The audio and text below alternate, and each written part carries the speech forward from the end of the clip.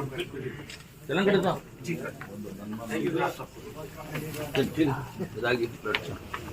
चलो। मुझे मालूम पड़ा उन्होंने टेलीफोन लगाया तो उनके बीच में मैं आ गया। उनकी जो समस्या थी, क्योंकि शिक्षकों को आंदोलन नहीं करना चाहिए। शिक्षक एक बुद्धि के वर्ग से आता है, शिक्षा मुझे देता है, तो हम लोग भी हैं, तो हम लोगों को किसी न किसी ने शिक्षा दी है। तो मैं उनके बीच में आया, हमारी कलेक्टर साहब से चर्चा हुई, कलेक्टर साहब से टेलीफोन पे बात की, कलेक्टर साहब आ गए यहाँ, एस साहब भी आ गए, और जो उनकी समस्या थी उन समस्याओं का, सभी समस्याओं का हल हो गया। क्या सार्थक ऐप खत्म कर दिया? हाँ। सार्थक ऐप को खत्म नहीं, उसमें चर्चा हो गई। सार्थक ऐप माने क्या आता है कि टीचर की जवाबदारी है कि हम तनख्वाह लेते हैं तो हमको पढ़ाने के लिए जाना चाहिए। और कोई सार्थक लेट जाते हो तो लेट लगा दो हाजुली। सार्थक उन लोगों के लिए है जो कभी स्कूल जाते ही नहीं है। सार्थक में कोई गलत चीज नहीं है। और सरकार की हम तनख्वाह लेते हैं तो पढ़ाने के लिए स्कूल में मुझे जाना चाहिए।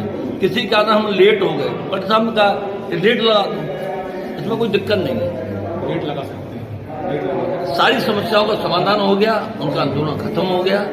बहुत बहुत धन्यवाद। क्या मांगे हैं? और मैं गिरिराज सिंह भदौरिया, मैं शिक्षक हित में जो भी काम हो सकते हैं उनके लिए प्रयासरत रहता हूँ।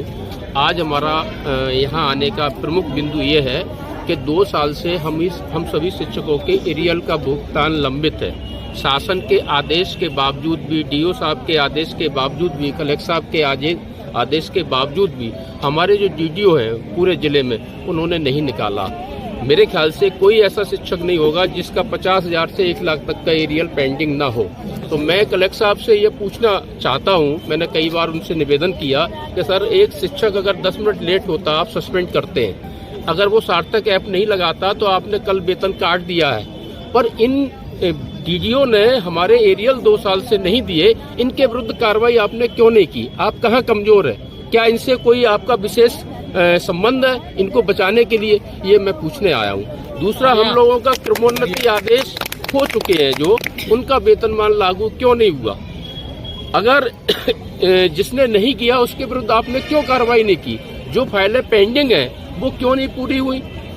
दूसरा, सार्थक ऐप पे एक इतना घपला करने की प्लानिंग चल रही है कि मास्टर 10 मिनट लेट होगा सोई के आज की तनख्वाह आधी दो। उस पे उन्होंने हाल आदेश कर दिया। हम 2 साल से कर रहे हैं, उस पे क्यों नहीं किया? कलेक्टर साहब ने क्यों संज्ञान नहीं लिया? तो कहीं ना कहीं उनकी जिद